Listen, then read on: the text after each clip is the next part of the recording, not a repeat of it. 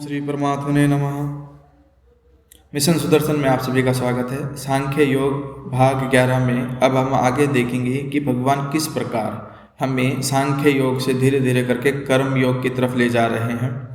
और वो क्या कहते हैं कि हे पार्थ, तुम्हें सांख्य विषय ज्ञान कहा गया है। अब इस बुद्धि योग से संबंधित ज्ञान को सुनो, जिस ज्ञान से युक्त होकर तुम सभी कर्म बंध से मुक्त हो जाओगे। यानी कि सबसे पहले तो ये समझिए कि सांख्य किसे कहते हैं। जिस प्रामाणिक विचार या युक्ति के द्वारा परमार्थिक सत्य का ज्ञान होता है उसे हम सांख्य कहते हैं।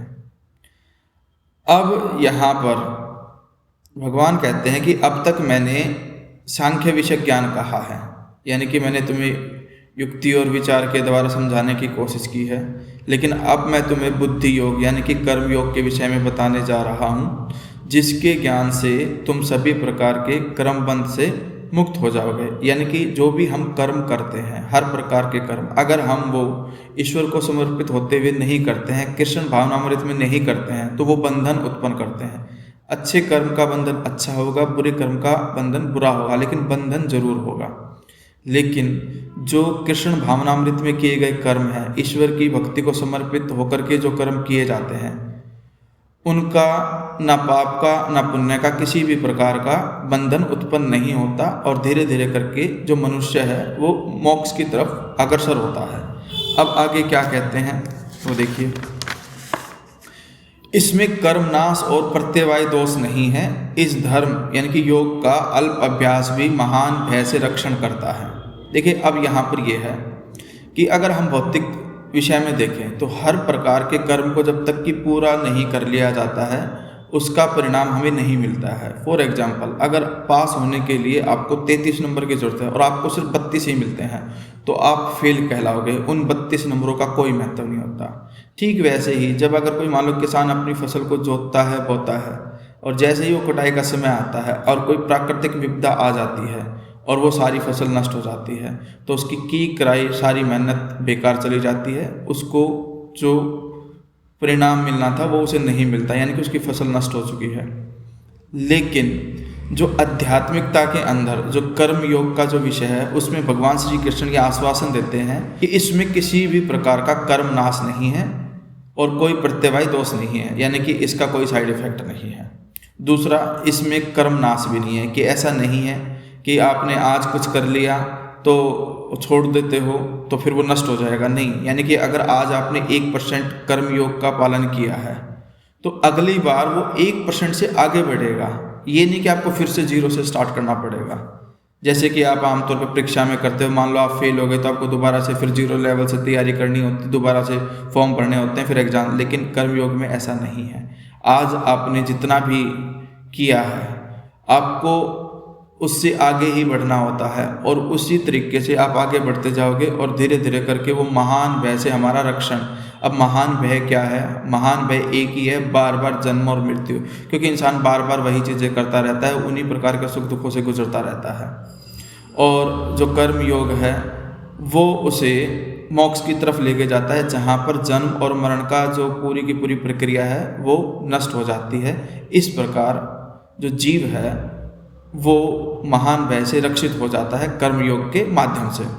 अब आगे भगवान श्री कृष्ण कहते हैं कि हे कुरुनंदन, इस विषय में निश्चयात्मक बुद्धि एक ही है। अज्ञानी पुरुषों की बुद्धियाँ बहुत भेदों वाली और अनंत होती हैं। यानी कि जो ईश्वर भक्त होते हैं और जो भक्ति में रत रहते हैं उनका केवल और केवल एक ही प्रयोजन होता है, भगवान की भक्ति, उनकी सेवा और अपने जीवन के परमार्थिक सत्य का ज्ञान।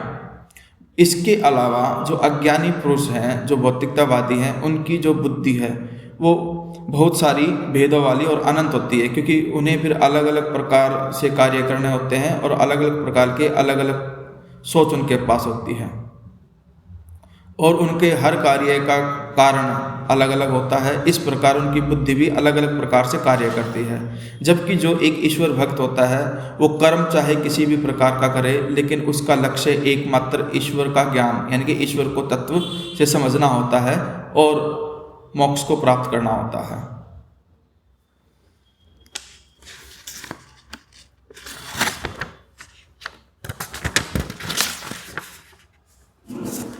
हे पार्थ, अविवेकी पुरुष वेदवाद में रमते हुए जो यह पुष्पिता दिखावटी शोभा वाली वाणी बोलते हैं, इससे स्वर्ग से बढ़कर और कुछ नहीं है।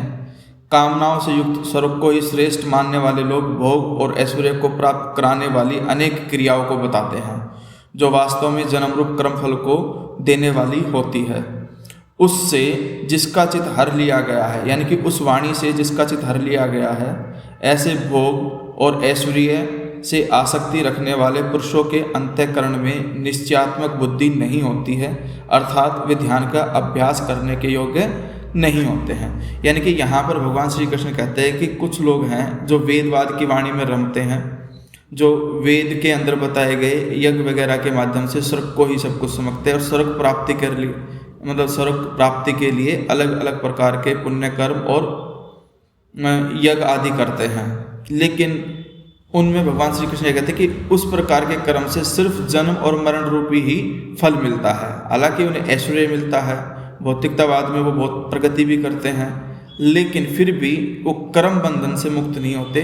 कर्म बंधन से मुक्त का होने का एकमात्र कार्य है ईश्वर की भावना से भावित होकर के कार्य करना, कि हर कार्य को ईश्वर के प्रति समर्पित होकर के ही करें। यही कर्म योग है। धन्यवाद।